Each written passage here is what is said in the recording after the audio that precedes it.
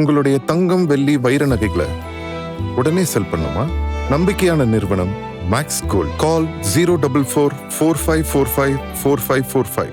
Maths Gold, cash for gold. வணக்கம் my dear zonemates, welcome to Safi zone. நான் உங்க Shafi and இன்னைக்கு நம்ம பார்க்க போறது சீரியல் கொடுமைகள். மாட்டு வண்டி பூட்டிக்கிட்டு மாப்பிள்ளைய ஏத்திக்கிட்டு ஆத்தங்கரைக்கு போறோமே. தம்டி கும்டி தம்டி கும்டி.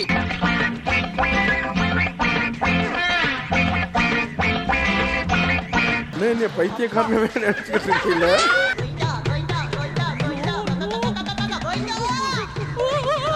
இதுதானா? ஏய், என்ன கேவலமா பார்த்துட்டு போற? போரடிச்சு போச்சியா, போயா. வழக்கம் போலதான் இந்த வாட்டியும் சும்மா சொல்லக்கூடாது, சும்மா தரமான சிறப்பான கண்டென்ட்லாம் நிறைய கொடுத்துருக்காங்க.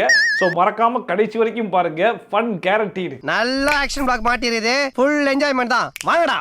விக்கி அப்படிங்கிறவர் கமெண்ட் பண்ணியிருந்தாப்புல, ஜீ தமிழ்ல வரக்கூடிய அண்ணாமலை குடும்பம் அப்படிங்கிற சீரியல்ல இந்த ரேட்ல இந்த எபிசோட்ல போய் பாருங்க.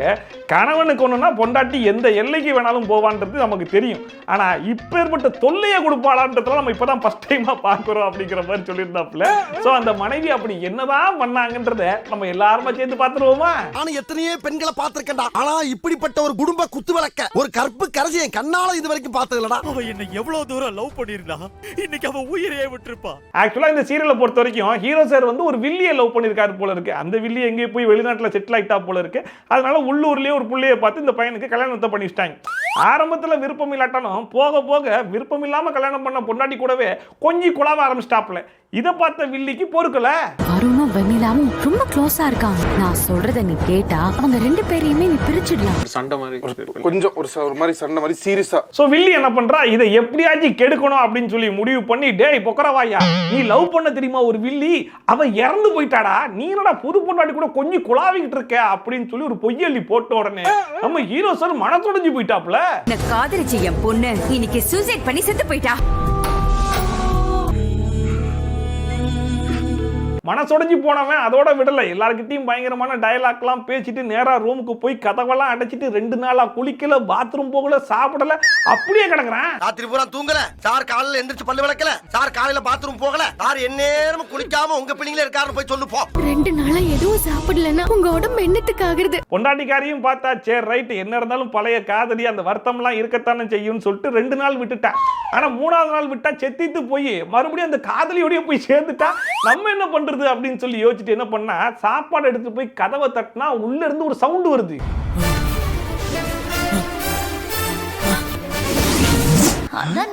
இந்த மோட்டார் ரூம்ல வேற சத்தம் கேக்குது. புருஷன் பிட்ஸ் வெளியில துடிக்கிற சவுண்டை கேட்டு சரி ரைட் எப்படியாச்சும் கதவை ஓபன் பண்ணணும்னு கிரைண்டர் கல் இருக்கு பாத்தீங்களா, அதை எடுத்து 2 தட்டு தட்டினா டோர் ஆட்டோமேட்டிக்கா ஓபன் ஆயிடுச்சு.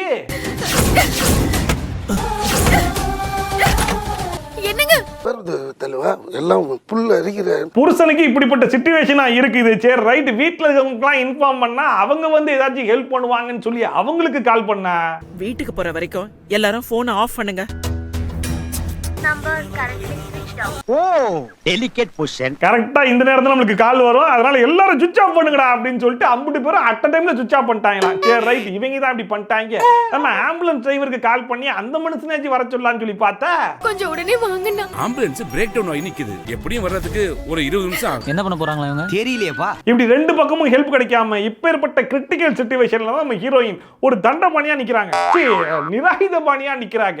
இந்த நேரத்துல தான் நம்ம ஹீரோயின் ஒரு சிங்க பெண்ணா மாறுறாங்க. ஓட்டு ஓட்டு ஓட்டு. நான் கூட நினைச்சேன், ஹீரோயின் ஹீரோ சார் தூக்கி தோல்ல போட்டு ஒரு 3 எபிசோடுக்கு ரோட்ல நடக்க போறாங்க போல இருக்கு அப்படிங்கிற மாதிரி நினைச்சேன். ஆனா நாங்க அந்த அளவுக்குலாம் கிரிஞ்சி பண்ண மாட்டோம்னு சொல்லிட்டு இவனுங்க என்ன தெரியுமா பண்ணாடுங்க,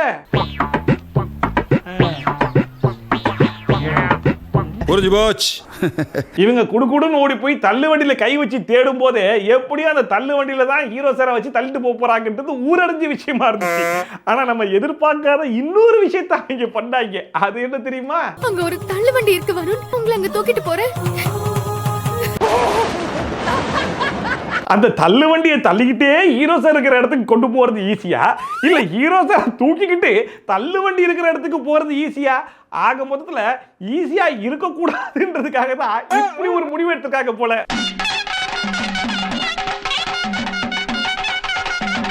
இதுல இன்னொரு ஹைலைட் என்னன்னா, இவங்க தள்ளு வண்டியில இப்படி போட்டு தள்ளிட்டு போகும்போது ஒரு ஆட்டோ கிராஸ் ஆயிருக்காதா, ஒரு காரு கிராஸ் ஆயிருக்காதா, யாரும் நடந்து கூட போயிருக்க மாட்டாங்க. பப்ளிக்ல யாருமே இல்லையா, என்னம்மா உன் புருஷன் இப்படி போட்டு தள்ளிட்டு போறேன்னு ஹெல்ப்புக்கு ஒரு ஆள் கூட தான் வரல. இவங்க தள்ளிக்கிட்டே ஹாஸ்பிட்டல் வாசல் வரைக்கும் போயிட்டாங்களா. மாட்டு வண்டி பூட்டிக்கிட்டு மாப்பிள்ளைய ஏத்திக்கிட்டு ஆத்தங்கரைக்கு போறோமே. போற சுகமே சுகம். சரியா சொன்னீங்க.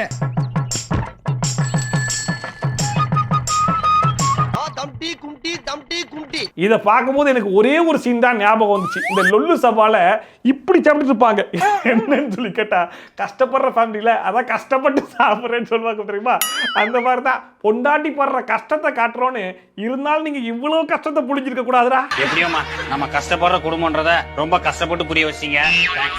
நாகராஜ் அப்படிங்கிறவர் கமெண்ட் பண்ணியிருந்தாப்புல, ஜி தமிழ்ல வரக்கூடிய இதயம் அப்படிங்கிற சீரியல்ல இந்த டேட்ல இந்த எபிசோட்ல போய் பாருங்க, ஒரு ரன்னிங் ரேஸை வச்சு இவங்களால என்ன செய்ய முடியுமோ சிறப்பா செஞ்சு வச்சிருக்காங்க அப்படின்னு சொல்லிட்டு.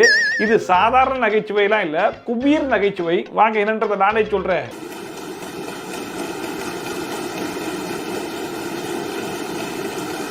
நம்ம ஹீரோயினுடைய பொண்ணு இருக்காங்கல்ல, அதாங்க நம்ம ஹீரோ சாருக்கும் அந்த புள்ள தான் பொண்ணு. பட் இருந்தாலும் அந்த புள்ள தான் என் பொண்ணு அப்படிங்கிறது ஹீரோ சாருக்கு தெரியாது. ஏன்னா ஞாபகம் வருது. இப்போ ஒரு கண்டிஷன், அப்ப அவருக்கு பழசெல்லாம் ஞாபகமே வராதா?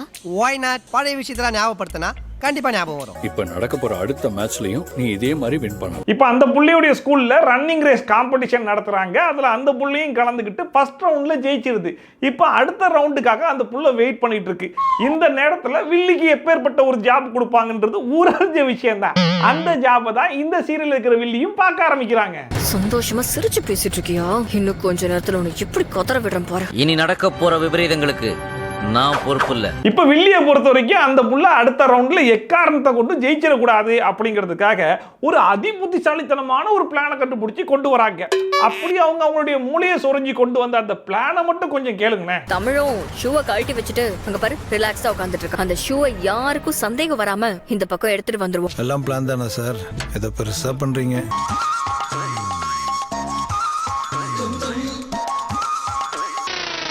என்ன ஒரு புத்திசாலித்தனம். ஏதோ வில்லி இத்தினுண்டு ஒரு முள்ள கொண்டு வந்து அந்த ஷூல அடிச்சு வச்சாலோ, இல்ல ஒரு சின்னதா ஒரு ஆணியை கொண்டு வந்து ஷூல அடிச்சு வச்சாலோ, சரி ரைட் அந்த புள்ள ஓடும் போது லைட்டா குத்தும் அப்படிங்கிற மாதிரி நம்ம எதிர்பார்க்கலாம். ஆனா இந்த வில்லி கொண்டு வந்திருக்கிற அந்த ஆணியை பாருங்க, 1.5 ஏக்கருக்கு இருக்கு. அந்த ஆணியை கொண்டு வந்து ஷூல அடிச்சு வச்சுக்கிட்டு அந்த புள்ள ஓடும் போதுதான் அது குத்துமா? அந்த தமிழ் இத கால்ல மாட்டிக்கிட்டு ஓடுறப்போ ஆணி நல்லா அவ கால்ல குத்தும். பயங்கரமான இடமாலாம் இருக்குது. நான் கூட நினைச்சேன்னா இந்த வில்லி தான் சரியான மக்கு மங்குனியா இருக்குது. இம்மாம் பெரிய ஆணி அடிச்சிருக்கு. அந்த புள்ள ஷூ போடும் போதே ஒண்ணு காலில் குத்தி கால் இன்ஜுரி ஆகணும், இல்ல குத்தும் போதே பார்த்துட்டு என்ன இவ்வளவு பெரிய ஆணி அப்படின்னு சொல்லி புடுங்கி போட்டுறணும். இது ரெண்டுல ஏதாச்சும் ஒண்ணுதான் நடக்கும்னு நம்ம எதிர்பார்த்துக்கிட்டு இருந்தோம். ஆனா நடந்தது என்ன தெரியுமா?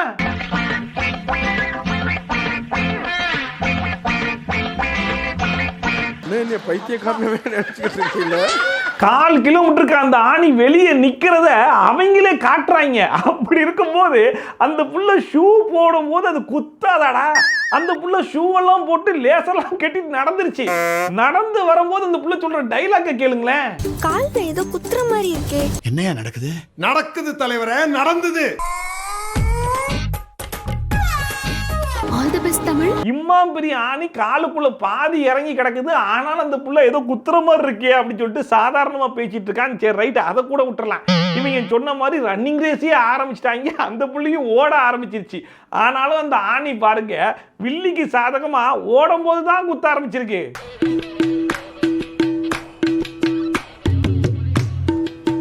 கடைசில உன் பிளான் ஒர்க் அவுட் ஆயிடுச்சு. பாத்துட்டு தானே இருக்கேன். Yes yes. என்னடா பண்ண மச்சான், இது பேர் தான் வெற்றி குறி. கடைசி வரைக்கும் குத்துமா குத்தாதான்னு எதிர்பார்த்து இருந்த ஆணி ஒரு வழியா குத்திருச்சு. சரி ரைட், அந்த புள்ள அங்கேயே கீழே விழுந்துரும்னு சொல்லி பார்த்தா குத்த குத்த அந்த புள்ள ஓடிக்கிட்டே இருக்குது. அதுக்கப்புறம் சரி ரைட் ஷூல தான் ஏதோ இருக்குன்னு சொல்லி கண்டுபிடிச்சி ஷூவை கழட்டி தூக்கி எரிஞ்சிட்டு ஓடும்னு சொல்லி பார்த்தா ஷூவை கழட்டி கையில எடுத்துட்டு ஓடுது.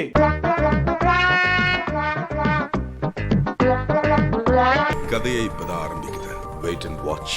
ஆனா எதுக்குமா அந்த ஆணி குத்துன ஷூவெல்லாம் கையில தூக்கிட்டு ஓடுற? தூக்கி எரிஞ்சிட்டு ஓடலாம்லன்னு சொல்லி கேட்டா, அங்கதானே நாங்க சென்டிமெண்ட்டே புளிய போறோம்னு சொல்லி இவங்க புளிஞ்சாங்க பாருங்க ஒரு சென்டிமெண்ட். இந்த பழைய ஷூவே போதும்னு சொல்றீங்க. நான் கண்டிப்பா உனக்கு புதுசு வாங்கி தர தான் போறேன். அந்த ஷூவை போட்டுட்டு தான் நீ நாளைக்கு வின் பண்ணணும். அவங்க அப்பா ஆசையா வாங்கி கொடுத்த ஷூவா. அதனால அந்த ஷூல இம்மாம் பெரிய ஆணியே இருந்தாலும் சரி அதை மாட்டிட்டு தான் நான் ஓடுவேன் அப்படின்னு சொல்லி அந்த புள்ள பொறுமையா உட்கார்ந்து அந்த ஷூவெல்லாம் எடுத்து மாட்டிக்கிட்டு இருக்கு. மற்ற பிள்ளைங்களாம் ஓடிடுச்சுங்க. அது மொத்தமே 100 மீட்டர் தான். 50 மீட்டருக்கு ஓடிக்கிட்டு இருக்காங்க. இந்த புள்ள வந்து பொறுமையா ஷூவெல்லாம் போட்டு அதுக்கப்புறமா எந்திரிச்சு ஆணி குத்த குத்த குத்த குத்த ஓடி கடத்துல இந்த புள்ள தான் ஜெயிச்சிருச்சான். கால்ல ஏதோ குத்துதுப்பா, ஆனாலும் நீங்க வாங்கி கொடுத்த ஷூ போட்டு தான் நான் ஜெயிக்கணும். இதுல அந்த புள்ள மட்டும் இல்லைங்க, என்ன புள்ள கீழே விழுந்துருச்சுன்னு சொல்லி பதறடிச்சு ஓடி வந்தாங்க பாருங்க அந்த புள்ளையோடைய ஃபேமிலி. அவங்களும் கூடவே ஓடி புள்ளையோட புள்ளைய ஜெயிச்சிட்டாங்க.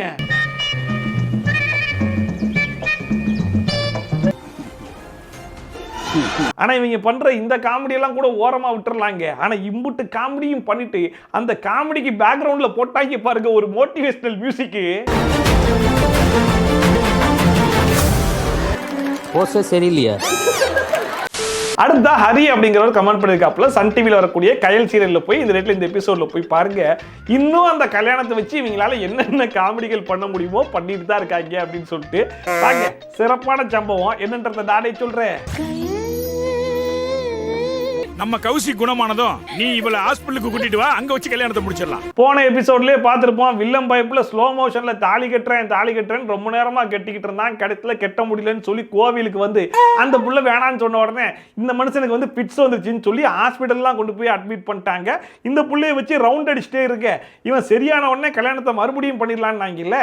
இப்ப அவன் சரியாயிட்டானா? இல்லப்பா, நான் ஆனந்திய பாக்கணும்பா. சொல்றேன்ல, கொஞ்சம் பொறுமையா இருப்பா. நான் இவ்ளோ நேரமா சொல்லிட்டு இருந்த வினோதமான கேஸ் இவன் தான். அப்பா, ஆனந்தி எங்கப்பா? அம்மா ஆனந்தியை கூட்டு ஹாஸ்பிட்டலுக்கு வந்துட்டாப்பா. சரியாயிட்டானா? இவனை கூட்டிட்டு போய் அந்த புள்ள கழுத்துல தாலி கட்ட வைக்கிறது ஈஸியா, இல்ல கடத்தி வச்சுக்கிற ஒரு புள்ளைய ஹாஸ்பிட்டலுக்கே கொண்டு வந்து தாலி கட்ட வைக்கிறது ஈஸியா? அதை நீங்கள் தான் சொல்ல வேண்டும்.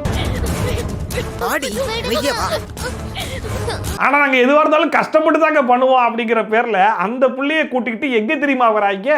கயல் வேலை பார்க்குறாங்க பாருங்க அதே ஹாஸ்பிட்டலுக்கு. கேட்டா இவனை கொண்டு போய் கயல் வேலை பார்க்குற ஹாஸ்பிட்டல்ல தான் அட்மிட் பண்ணி வச்சிருக்காங்களாம். இது கயல் சிஸ்டரோட தங்கச்சி ஆச்சே, இங்க என்ன பண்றாங்க? இன்னைக்கு உங்களுக்கு கல்யாணம் இல்ல? இவங்க இதெல்லாம் தெரியாம தான் பண்றாங்களா இல்ல தெரிஞ்சுதான் பண்றாங்களான்னு ஒன்னும் புரியல. இதெல்லாம் ஏன் பண்றீங்கன்னு சொல்லி கேட்டா அப்பதானே கயலால ஈஸியா கண்டுபிடிக்க முடியும்னு எல்லாத்தையும் பிளான் போட்டு பண்ணிட்டு இருக்காங்க. என்னாச்சு, எங்க இருக்கம்மா? ஹாஸ்பிட்டலுக்கு வந்துட்டியா? ஹாஸ்பிட்டலுக்குலாம் வந்துட்டேங்க. சரின்னு கயல் தங்கச்சியை ஹாஸ்பிட்டலுக்கே கூட்டு வந்துட்டாங்க. அங்க பாத்தீங்கன்னா கயலுடைய ஃப்ரெண்டா இருக்கிற ஒரு நர்ஸ் பாத்துறாங்க. சரி ரைட்டு, இங்கேயாச்சும் அவங்க உண்மையை சொல்லுவாங்களான்னு சொல்லி பார்த்தா உண்மையை சொல்ல மாட்டாங்க. ஏன்னா ஒரு புள்ளைய கடத்தி வச்சிருக்காங்கல்ல, சரி அந்த புள்ளைய வச்சு வெளியே வச்சிருப்பாங்களான்னு சொல்லி பார்த்தா அந்த புள்ளைய ஹாஸ்பிட்டல்ல கயல் தங்கச்சிக்கு பக்கத்துல நிப்பாட்டி வச்சிருக்காங்க. நீங்க என்ன பண்ணிட்டு இருக்க? இன்னைக்கு உனக்கு கல்யாணம் தானே, ஹாஸ்பிட்டல்ல என்ன பண்ற? என்ன கல்றாவிடா இதெல்லாம்? ஏண்டா நீங்க கடத்தினதே 2 பேரை தான், ஒருத்தரை ஒளிச்சு வச்சு ஒருத்தரை மிரட்டினா பரவாயில்ல, 2 பேரையும் பப்பரப்பன்னு பப்ளிக்ல ஹாஸ்பிட்டல் கூட்டு வந்திருக்கீங்க. அங்க இருக்கவங்க எல்லாம் கத்தி கூச்சல் போட்டாலே மாட்டிப்பாங்க. ஆனாலும் பாருங்க பக்காவா கோஆபரேட் பண்றாங்க. நம்ம போய் டாக்டர் பாப்போம். ஆனந்தி, இது நாங்க இப்படி அக்கப்படுறாரு. இதுல யார் நம்மள டார்ச்சர் பண்றாங்களோ இல்லையா, அந்த வில்லம் பைப்புல தாலி கட்டுறேன்னு சொல்லியே நம்மள டார்ச்சர் பண்றாங்க. மண்டபத்துல 1 மணி நேரமா கெட்ட போறேன்னு சொல்லி தான் தாலியை பிடிக்கி எரிஞ்சிச்சு. அதுக்கப்புறம் அங்கே இருந்து கோவிலுக்கு வந்தேன், அங்கேயும் தாலி கட்டாம இப்ப இங்க வந்திருக்கேன். இங்கேயாச்சும் சரி ரைட்டு டப்புன்னு தாலியை கட்டி முடிப்பான்னு சொல்லி பார்த்தா எவ்வளவு நேரம் தெரியுமா கட்டுறான்?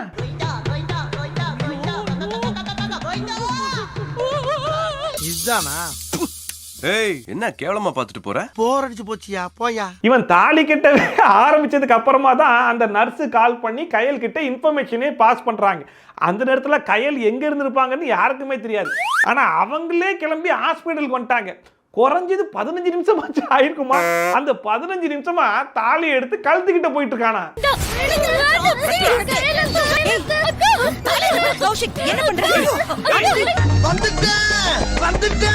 சரி கயலும் கயல் கூட்டு வந்த ஆட்களும் இப்பயாச்சும் இந்த கல்யாணத்தை நிப்பாட்டிடுவாங்களான்னு சொல்லி பார்த்தா வில்லன் கேங்லாம் சேர்ந்து அவங்கள பிடிச்சி வச்சுக்கிட்டாங்க. டே பொக்கரவாயா, இப்பயாச்சும் அது கட்டி தொலைடா அப்படின்னு சொல்லி சொன்னா இந்தா கட்டிடுறாங்கன்னு சொல்லிட்டு மறுபடியும் கெட்டுறான். போலீஸ்லாம் போயிட்டு பொறுமையா டீ எல்லாம் குடிச்சிட்டு காஃபி எல்லாம் குடிச்சிட்டு ஸ்நாக்ஸ் எல்லாம் சாப்பிட்டுட்டு இவன் கெட்டுற மாதிரி தெரியல, வாங்க போயிருவோம் அப்படின்னு சொல்லி அவங்கெல்லாம் கிளம்பி வந்து அடிச்சு ஒரு வழியா இந்த கல்யாணத்தை நிப்பாட்டாங்களாம்.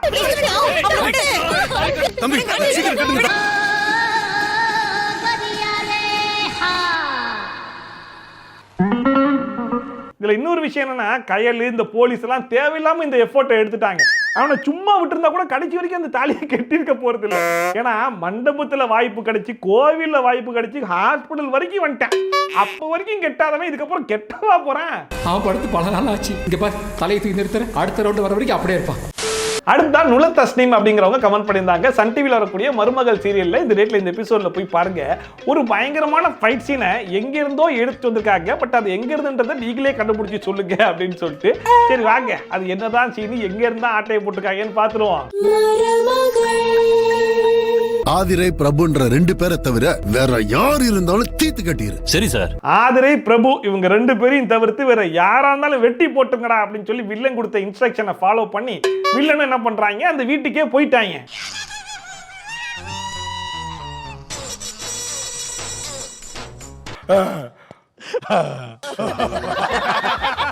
இவங்க போன நேரத்துக்கு வீட்டெல்லாம் போட்டுட்டு அம்பட்டு பேர் லைட் எல்லாம் ஆஃப் பண்ணிட்டு தூங்கவே செஞ்சுட்டாங்க. சரி அந்த கதவை இவங்க உடஞ்சிட்டு தான் போவாங்கன்னு சொல்லி பார்த்தா இவங்க ஓபன் பண்ணிட்டு போறாங்க.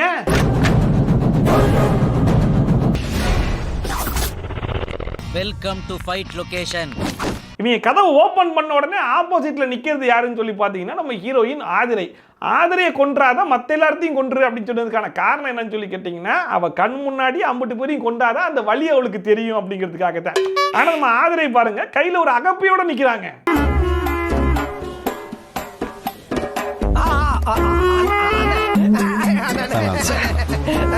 வீட்ல எல்லாரும் நிம்மதியா தூங்கிட்டு இருக்காங்க. அவங்க தூக்கத்தை நீங்க டிஸ்டர்ப் பண்ண கூடாது. ஹீரோயின் கையில அகப்பையோட நிக்கும் போதே ஒரு ஃபைட் சீனை பண்ண போறாங்கன்றது அம்பட்டு பேருக்கு தெரிஞ்சு போச்சு. ஆனா இப்படி ஒரு ஃபைட் சீனை பண்ணுவாங்கன்னு எவனும் எதிர்பார்த்திருக்க மாட்டாங்க. தூங்குறவங்களை எழுப்பி விட்டுறாம கப்பு சிப்புன்னு சைலண்டா அடி வாங்கிட்டு பெருந்தன்மையா போயிடணும்.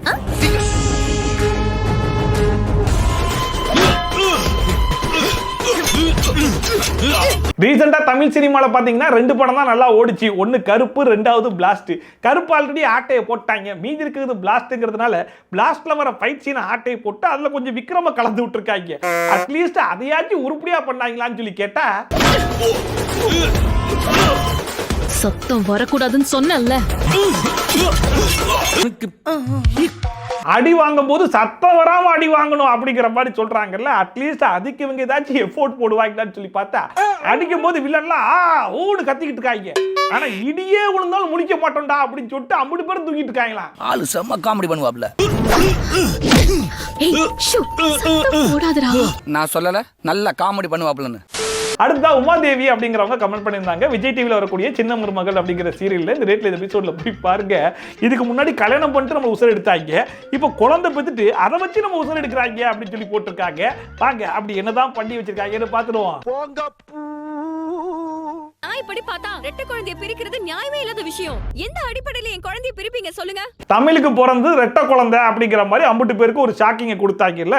அதுக்கப்புறமா பாத்தீங்கன்னா ஒரு குழந்தைய தமிழ் கிட்டையும் இன்னொரு குழந்தைய வந்து சேது கிட்டையும் கொடுத்து வச்சிருந்தாங்க. அந்த குழந்தைய கூட தொலைச்சி மறுபடியும் கண்டுபிடிச்சாங்களே. தங்கமே உன்முகம் கண்டு மின்னிட ஏங்குதே.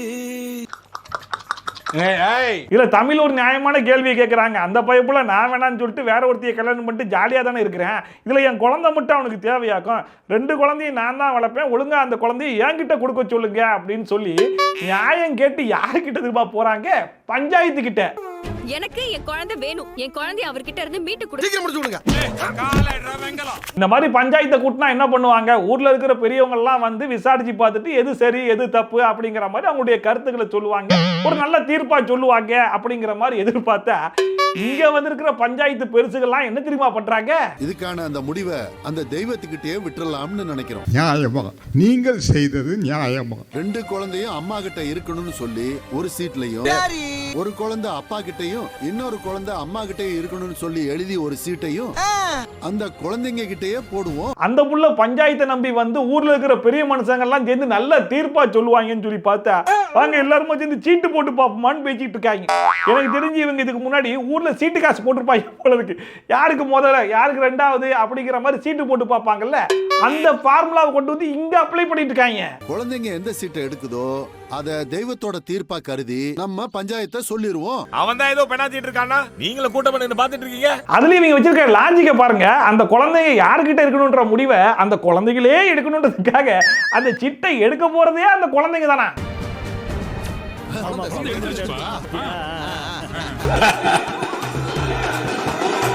இதுல நான் கூட நினைச்சேன்னா தமிழ் புள்ள ஒன்றும் சாதாரண புள்ளலாம் கிடையாது, அந்த புள்ள கொஞ்சம் ரோசக்கார புள்ள, தாலியவே தூக்கி புருஷக்கார மூஞ்சில எரிஞ்சு விட்ட புள்ளையாச்சே, அதனால இதுக்கெல்லாம் ஒத்துக்காதுன்னு சொல்லி பார்த்தா சரி ரைட் வாங்க எல்லாருமே சேர்ந்து குலுங்கி போட்டு பார்ப்போம் அப்படின்னு சொல்லிட்டு அந்த புள்ளையும் சேர்ந்து ரெடி ஆயிடுச்சு. தாய் கிட்ட ஒரு குழந்தையும் தகப்பன் கிட்ட ஒரு குழந்தையும் இருக்கலாம்னு இருக்கு. எடுத்துட்டு போகடா. கடைசியில அந்த சிட்ல அப்படி என்னதான் வந்துச்சுன்னு சொல்லி பார்த்தா ஆளாளுக்கு ஒரு புள்ளை எடுத்து வளங்க அப்படிங்கிற மாதிரி சொல்லிட்டாங்க. ஆல்ரெடி அதான்டா பண்ணிருக்காங்க. இடத்துல பஞ்சாயத்து நம்பி வந்ததுக்கு என்ன பண்ணிருக்காங்கன்னு சொல்லி பார்த்தா அப்பயும் அந்த புருஷங்காரன் வேற ஒரு புள்ளைய கல்யாணம் பண்ணவன் கோரிக்கை வைக்கிறானா, எனக்கு இந்த புள்ள வேணாம் பொம்பளை புள்ள தான் வேணும்னா சரி ரைட்டு பொம்பளை புள்ளைய கொடுத்துருக்க அப்படின்னு சொல்லி அதுக்கும் பஞ்சாயத்து சொல்றாங்களா. சனிக்கிழமை அன்னைக்கு இதே பஞ்சாயத்து இடத்துக்கு வந்து தகப்பன் கிட்ட இருக்கிற ஆண் குழந்தைய செல்வி கிட்ட கொடுத்துட்டு தமிழ் செல்வி கிட்ட இருக்கிற பெண் குழந்தைய சேது வாங்கிக்கலாம்.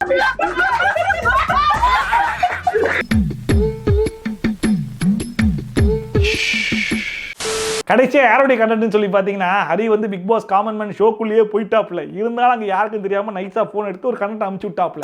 அந்த கண்டென்ட் தான் இப்ப நம்ம பார்க்க போறோம். எல்லோரும் தயாராக இருக்கிறீர்களா? ஆக்சுவலா இந்த வில்லங்க அங்க என்ன பண்றானுங்க, போலீஸ் மாதிரி கெட்டப்லாம் போட்டு வந்து அங்க இருக்கிற எல்லாரையும் ஏமாத்தி ஹீரோயின் வந்து போதை மருந்து கடத்திட்டாங்க, அதனால அவங்க அரெஸ்ட் பண்றோம் அப்படிங்கிற மாதிரி அரெஸ்ட் பண்ணி கூட்டு வந்து ஹீரோயின் உடம்புக்குள்ள பாம்பை ஃபிக்ஸ் பண்ணி விட்டாங்க. ஒண்ணே இல்லம்மா பாம்பு வச்சிருக்காங்களாம்ல. ஒரு பக்கம் ஹீரோயின் உடம்புக்குள்ள பாம்பை ஃபிக்ஸ் பண்ணி விட்டாங்க, இன்னொரு பக்கம் ஹீரோயினையும் பிரிக்கணும் அப்படிங்கிறதுக்காக ஹீரோவை மிரட்டி எனக்கு ஒண்ணு பிடிக்கலன்னு சொல்ல வச்சுட்டாங்க. அவனும் போய் சொல்லிட்டான் இவனும் இவ அக்கா பூமியோட சங்காத்தமும் எனக்கு தேவையில்லைன்னு சொல்றேன். ஹீரோயினுக்கு சரியான மன உளைச்சல். ஒரு பக்கம் வில்லங்காங்கு பாம உடம்புல ஃபிக்ஸ் பண்ணிருக்காங்க, ஹீரோ ஆதரவா இருப்பான்னு சொல்லி பார்த்தா பெரிய குண்டாளி மண்டையில போட்டு விட்டேன். ஆனாலும் பாருங்க ஹீரோ வந்து காப்பாத்தலாம்னு சொல்லி காப்பாத்திட்டு இருக்கும்போது ஏண்டா நீ என்ன காப்பாத்த செய்யற போடா அப்படின்னு சொல்லி தள்ளி விட்டுட்டு ஹீரோயின் ஒரு பக்கம் ஓட ஆரம்பிச்சிட்டாங்க. பாபுமி போலாம்.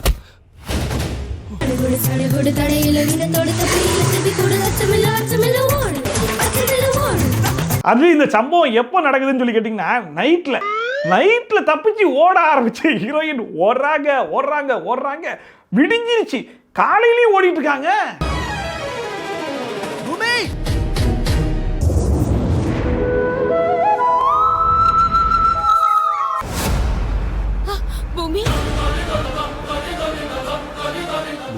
ராத்திரில இருந்து காலையில வரைக்கும் ஹீரோயின் ஓடுறாங்க, அவங்க டயர்டாகாம ஓடுறாங்க. அது ஒரு பக்கம் இருக்கட்டும், இன்னொரு பக்கம் அந்த பாம்பு அதுவும் டயர்ட் ஆகலையா, நைட்ல இருந்து காலையில வரைக்கும் மாடா வெடிக்கல அப்படின்னு சொல்லி கேட்டா மாமனார் மாமியார் தேடி கண்டுபிடிச்சி வந்துட்டாங்க. அப்ப பாக்குறாங்க இன்னும் 2 நிமிஷம் தான் இருக்கு.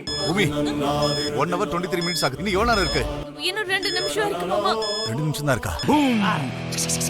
கரெக்டா வெடிக்கிறதுக்கு 2 நிமிஷத்துக்கு முன்னாடி மாமனார் மாமியார் அந்த புள்ளைய கண்டுபிடிச்சிட்டாங்க. எப்பேற்பட்ட பரபரப்பு பாருங்க. அதுலயும் அடிக்கிற வெயிலுக்கு எதுக்குடா ஸ்வெட்டர் அப்படிங்கிற மாதிரி போட்டிருக்க ஜாக்கெட்டை கழட்டி பார்த்ததுக்கு அப்புறமா தான் உள்ள பாம்பு இருக்கிற விஷயம்லாம் தெரியுது.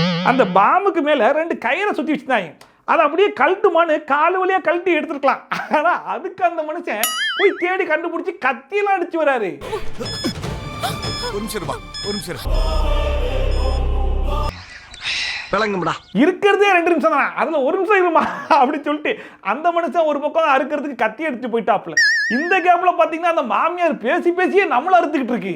நம்ம வீட்ல ட்ரக்ஸ் வச்சுதான் அந்த அபூர்வம் நம்ம வீட்டுக்கு வந்தது டூப்ளிகேட் போலீஸ்மா. அப்படியே மசமச நின்னுக்கிட்டா அப்படி சார், மனுஷனுக்கு எவ்வளவு வேலை இருக்கு, ஏதாச்சும் ஒரு முடிவுக்கு வாங்க சார். கடைசியா ஒரு வழியா கட்டி இருந்த அந்த கடினமான கயிறெல்லாம் அறுத்து அந்த ஜாக்கெட் எல்லாம் கழட்டி தூக்கி எரிஞ்சதுக்கு அப்புறமா தான் அந்த பாம்பே வெடிக்குது.